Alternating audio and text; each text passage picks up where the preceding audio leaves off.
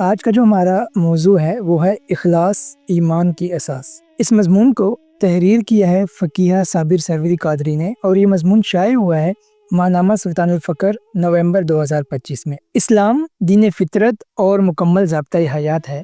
دیگر تہذیبوں کی بنیاد مفاد اور جذبات پر ہے، جبکہ اسلام کی بنیاد اخلاص اور حکمت پر قائم ہے۔ اسلام جذبات کی بجائے اخلاص کی مضبوط بنیادوں پر قائم ہے، اسی لیے اخلاص ایمان کی اساس ہے۔ اخلاص کیا ہے؟ اخلاص یہ ہے کہ ارادے کے ساتھ صرف اور صرف اللہ کے لیے عبادت کی جائے، یعنی عبادت کے ذریعے اللہ کا قرب حاصل کیا جائے، کوئی اور مقصد نہ ہو، نہ تو مخلوق کے لیے بناوٹ ہو، نہ لوگوں سے تعریف کی خواہش ہو، بلکہ اللہ کے قرب کے علاوہ کوئی دوسری بات پیش نظر نہ ہو، یعنی مخلوق کی نگاہوں سے اپنے فعل کو پاک رکھنے کا نام اخلاص ہے۔ اخلاص ایمان کی روح اور بنیاد ہے۔ جیسے جسم میں روح نہ ہو تو وہ مردہ ہو جاتا ہے، ویسے ہی ایمان بغیر اخلاص کے بے جان ہو جاتا ہے، کیونکہ ایمان کی سچائی اور قبولیت کا دار و مدار اخلاص پر ہے۔ اگر انسان کے دل میں اخلاص نہ ہو، یعنی وہ صرف اللہ کے لیے عمل نہ کرے، تو اس کا ایمان محض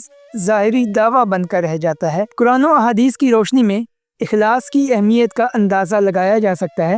ارشاد باری تعالیٰ ہے، ترجمہ: بے شک ہم نے آپ کی طرف یہ کتاب حق کے ساتھ نازل کی ہے، تو آپ اللہ کی عبادت اس کے لیے طاعت و بندگی کو خالص رکھتے ہوئے کیا کرے۔ سورۃ الزمر آیت نمبر 2۔ ایک اور جگہ ارشاد ربانی ہے، ترجمہ: حالانکہ انہیں فقط یہی حکم دیا گیا تھا کہ صرف اسی کے لیے اپنے دین کو خالص کرتے ہوئے اللہ کی عبادت کریں۔ سورۃ البینہ آیت نمبر 5۔ ان آیات میں تلقین کی گئی ہے کہ اپنی عبادات کو اخلاص سے مزین کرو۔ اخلاص کی ضد کیا ہے؟ اخلاص کی ضد ریا اور دکھلاوا ہے۔ آقا علیہ الصلوۃ والسلام نے دکھلاوے اور ریاکاری سے متعلق فرمایا ہے، لوگوں حب الحزن سے اللہ کی پناہ چاہو، یعنی حب الحزن سے اللہ تعالیٰ کی پناہ چاہو۔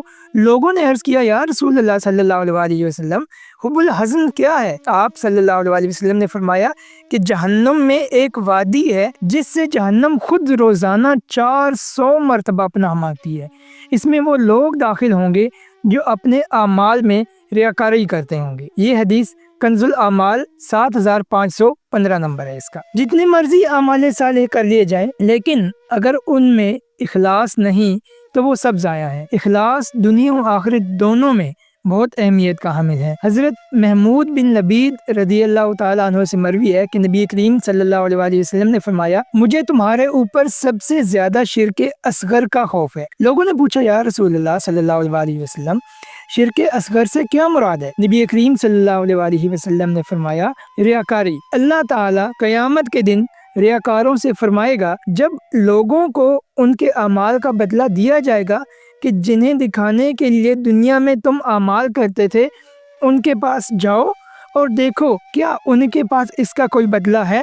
یہ حدیث مسند احمد 22527 نمبر ہے۔ حضرت ابو ہریرہ رضی اللہ تعالیٰ عنہ سے روایت ہے کہ رسول اللہ صلی اللہ علیہ وسلم نے فرمایا کہ آخری زمانے میں کچھ ایسے مکار لوگ پیدا ہوں گے جو دین کی آڑ میں دنیا کا شکار کریں گے۔ وہ لوگوں پر اپنی درویشی اور مسکینی ظاہر کرنے اور ان کو متاثر کرنے کے لیے بھیڑوں کی کھال کا لباس پہنیں گے۔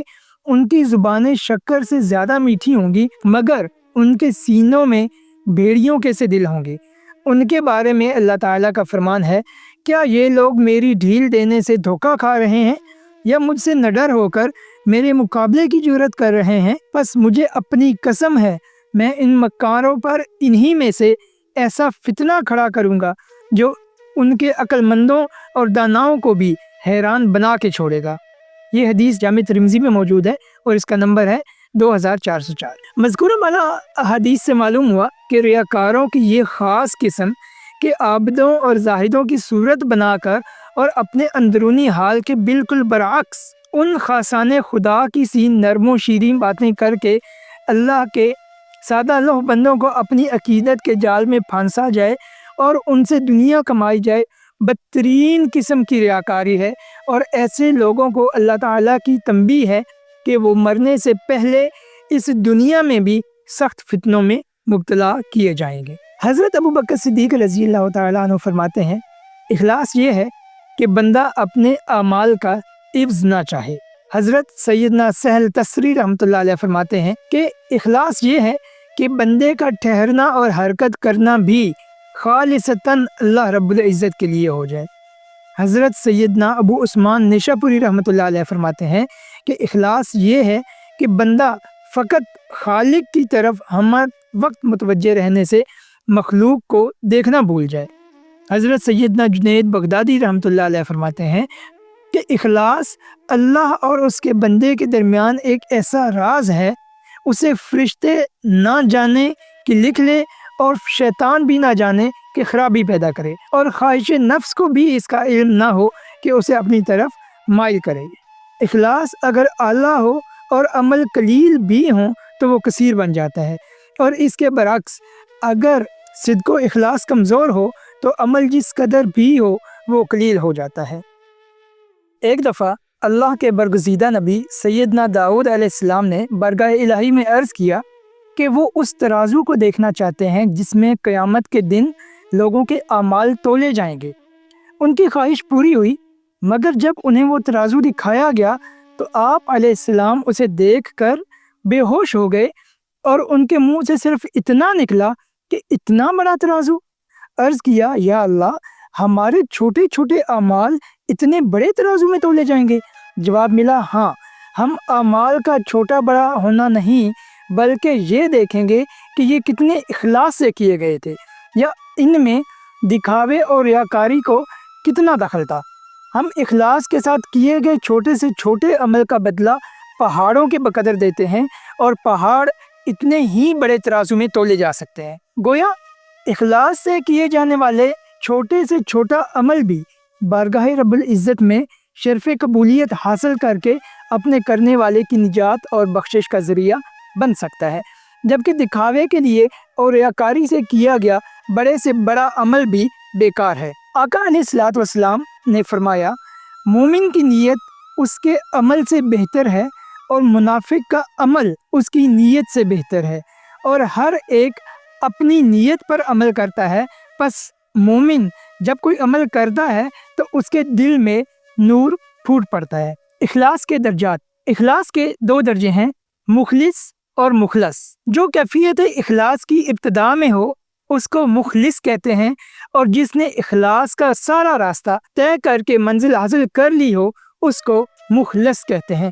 جیسا کہ اللہ رب العزت نے امت الناس مسلمانوں کو قرآن مجید میں حکم دیا کہ مخلص ہو جاؤ، فدعوا اللہ مخلصین لہ الدین، سورۃ مومن آیت نمبر 14۔ ترجمہ، بس تم اللہ کی عبادت اس کے لیے طاعت و بندگی کو خالص رکھتے ہوئے کیا کرو۔ یہ قرآن مجید میں درجہ مخلصین ہے۔ جو نفس کے برے اثرات سے بچنے کی کوشش کرے وہ مخلص ہوتا ہے، اور جو مسلمان راہ اخلاص کو طے کر لیتے ہیں اور کمال تک پہنچ جاتے ہیں، یعنی جو نفس کے برے اثرات سے بچ کر خالص ہو چکا ہو، اللہ کے دامن قرب میں آ چکا ہو، وہ مخلص کہلاتا ہے۔ اللہ رب العزت نے قرآن مجید میں مخلصین کا لفظ استعمال کر کے ان کا تذکرہ کیا ہے۔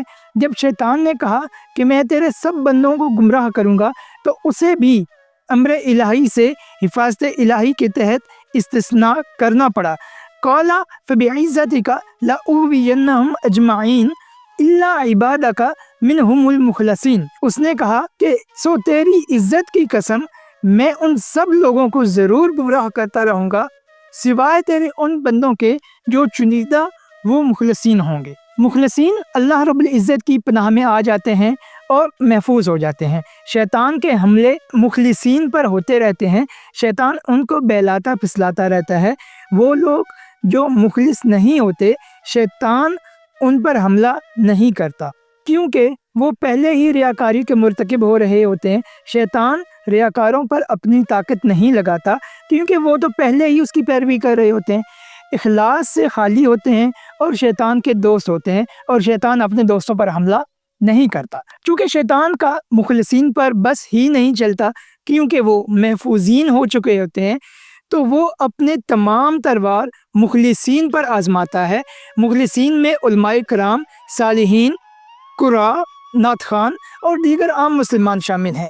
چونکہ یہ لوگ نیکی کی راہ پر چلتے ہیں اور شیطان نیکی کی راہ پر چلنے والوں کا ہی دشمن ہوتا ہے، انہی پر حملے کرتا ہے اور انہیں ہی بہلاتا اور پھسلاتا ہے۔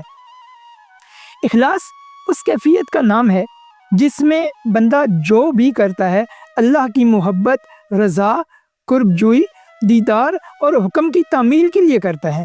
اس کے سوا کوئی شے اس کی نیت و خیال میں داخل نہیں ہوتے۔ اخلاص کے ساتھ عمل مومن کی نشانی ہے۔ یہ اخلاص تھوڑے عمل میں بھی شامل ہو تو اسے بہت بڑا اور طاقتور بنا دیتا ہے۔ عمل مقدار کا نام ہے اور اخلاص معیار کا نام ہے۔ کسی دانا سے پوچھا گیا کہ مخلص کون ہوتا ہے؟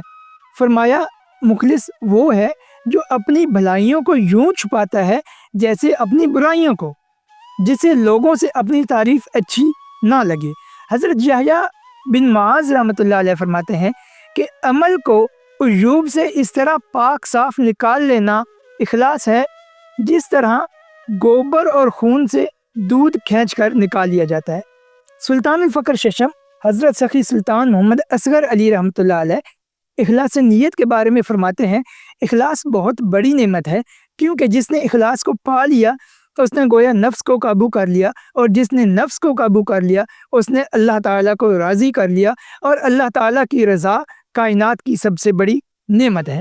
سلطان العاشقین میرے حضور مرشد پاک حضرت سخی سلطان محمد نجیب الرحمن مدظل الاقدس فرماتے ہیں، اخلاص دوستی بلکہ ہر تعلق کی بنیاد ہوتا ہے، اور خاص طور پر اللہ تعالیٰ سے تعلق مضبوط کرنے اور اس کا قرب حاصل کرنے کے لیے اخلاص لازم ہے۔ جو شخص اللہ تعالیٰ کا مخلص بندہ نہیں بنے گا وہ اس کا قرب حاصل نہیں کر سکے گا۔ راہ فقر میں ہر مقام اور ہر منزل پر اخلاص کا ہونا لازم ہے، ورنہ کوئی بھی عمل فائدہ نہیں دے گا۔ اخلاص کا مطلب ہی خالص ہونا ہوتا ہے، اور خالص صرف طالب مولا ہوتا ہے۔ اگر کسی بھی منزل پر اخلاص میں معمولی سی کمی آ جائے تو سالک یا طالب کا سفر وہیں رک جاتا ہے۔